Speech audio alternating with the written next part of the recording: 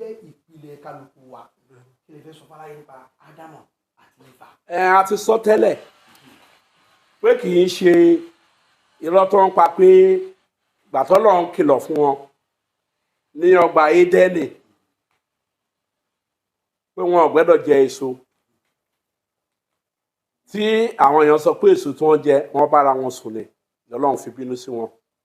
A lè ti sọ pé a máa túmọ̀ ẹ̀ sí ọ̀pọ̀lọpọ̀ ẹ̀kọ́ tó ń fi kọ́ wọn níjọ àti káàkiri Nàìjíríà àti Mùsùlùmí pé wọ́n dóra wọn ni wọ́n bára wọn sùn ni ẹ̀ẹ́dẹ́ àlà kò síbẹ̀ ló ń bẹ̀ tó pé òun ni Ọlọ́run wọ́n ṣe bùkún. òun lọ́lọ́run fi lé wọn irọ́ o òun la fẹ́ gbé jáde kí gbogbo wọn lè mọ̀ torí ọ̀pọ̀lọpọ̀ àwọn èèyàn tó ní about 70% Nàìjíríà ló nígbàgbọ́ pé wọ́n bára wọn ṣàṣepọ̀ ni Ọlọ́run fi lé wọn jáde kúnná ọgbà ṣùgbọ́n òun la fẹ́ wá lọ sórí ẹ̀ ń sìn a ó kà á fún yín ní ìwé Genesis orí 3 ẹsẹ̀ 9 dé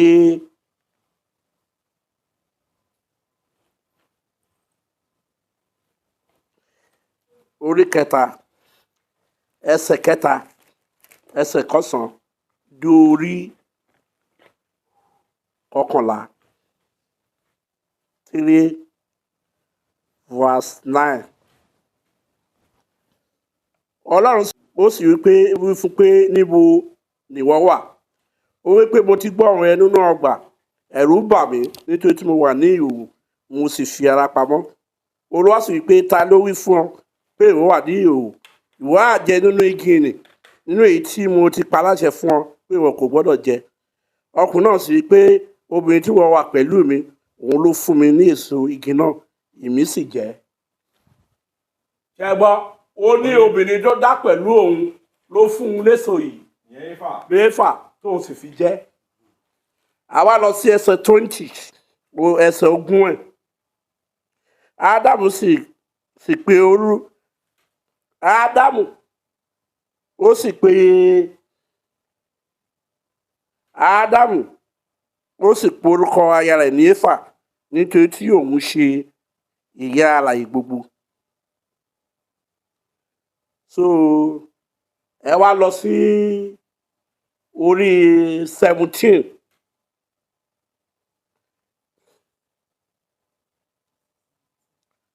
orí 17 ó sì wí fún Ádámù pé nítorí tí wọ́n ti gba ohùn aya rẹ̀ gbọ́ tí wọ́n sì jẹ èso igi náà nínú èyí tí mo pa láṣẹ fún ọ pé ìwọ kò gbọ́dọ̀ jẹ nínú rẹ̀ mo fi ilẹ̀ bò nítorí rẹ̀ ìpọ́njú yóò sì máa jẹ́ nínú rẹ̀ ní ọjọ́ ayé rẹ̀ gbogbo. Gbà tó jí èso yẹn Ọlọ́run gégùn fún lórí ẹsẹ̀ 17 lẹ́yìn ìgbà tó jẹ èso yẹn tán a tún máa rí fa tí Ọlọ́run gégùn fún tán a máa rí fa ẹsẹ̀ 20 yẹn Genesis yẹn. Ádámù sì pe orúkọ aya rẹ̀ ní Éfà nítorí ó sì ń ṣe ìyá alààyè gbogbo. Lẹ́yìn ìgbà tó jẹ èso yẹn tán Ọlọ́run ò sọ Ádámù nìkan lọ́lọ́run sọ lórúkọ o. Ádámù ló sì ṣẹ̀ wá sọ lẹ́yìn ìgbà tó jẹ èso tán tọ́lọ́run gégùn fún tán ló wá sọ ọmọ ìyàwó ẹ̀ ní Éfà tó ti yé sìn.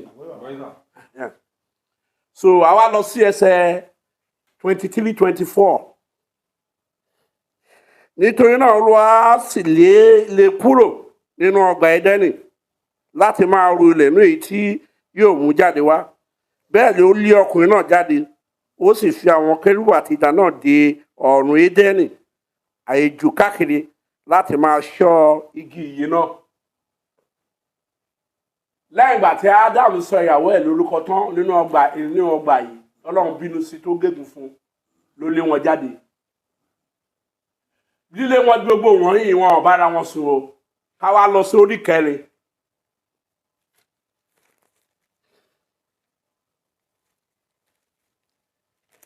Orí 4 ẹsẹ̀ 1.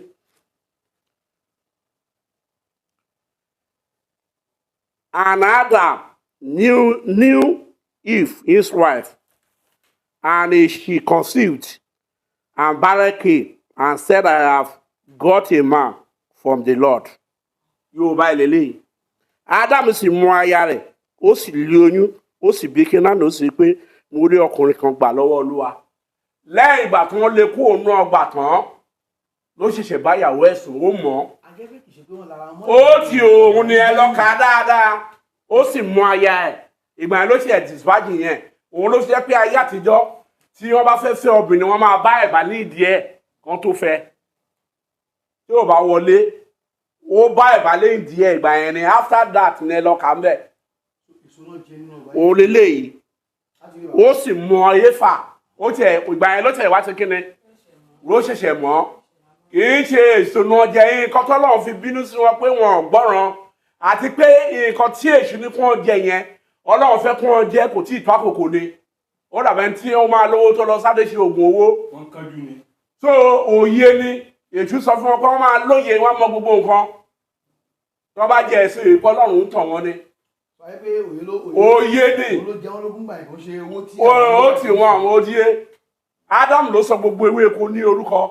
Ádámù ló sọ gbogbo ẹranko lórúkọ nígbà tó Ọlọ́run tó lè dànù tó fún ní òye yẹn.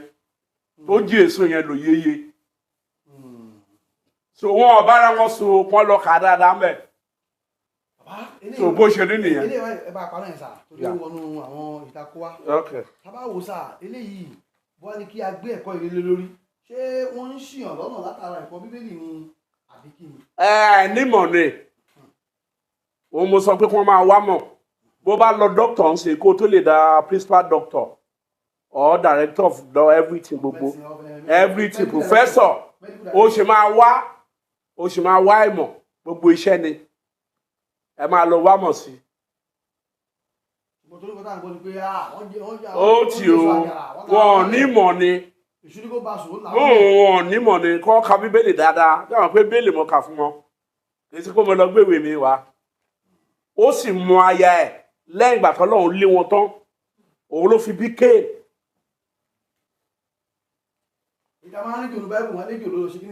Lóòótọ́ lejò ejò lèṣù yẹn gbogbo ẹwà ẹni kan lọ kà á wọ́n bá kà àwọn ará ejò lèṣù bẹ́ẹ̀ lórí ṣùgbọ́n pé wọ́n bára wọn sùn irọ́ ni. Ó ti o Ọlọ́run ti lé wọn jáde tán. Ọlọ́run dẹ̀ fún Éfà lórúkọ, Ádámù nìkan lọ́lọ́run fún lórúkọ. Ìgbà tó Ọlọ́run gégùn fún Ábúráhámù ló ṣe wá fún ìyàwó ẹ̀ ní Éfà. Báà tó gégùn fún pé inú ogun wọn wàhálà náà máa jẹ náà máa mú. Bàbá ti ní kí a lọ wá mọ̀ kún wọn. Wọ́n lọ wá ìmọ̀ ni. Bẹ́ẹ̀ ni bó ṣe. Owutu FM. Ètò tó gbójú owó. Ní gbogbo Nàìjíríà. Ní gbogbo Nàìjíríà. Owutu FM. Ètò tó gbójú owó. Owutu ni ẹ máa gbọ́. Owutu ni ẹ máa wò. Owutu ni ẹ máa wò. Owutu ni ẹ máa wò. Ìkòròdú ni wọ́n wà. Ìkòròdú ni wọ́n wà. Ẹ máa wò, ẹ máa wò. Àtọmọ kékeré àtàgbàlagbà. Ẹ máa wò, ẹ máa wò. Owutu FM. Owutu FM. Ẹ máa wò, ẹ máa gbọ́. Ètò tó ta lẹ́nu. Ètò tó ta lẹ́nu. Owutu Owutu. Owutu. Kindly subscribe to our YouTube channel, Owutu FM Lagos. Bye.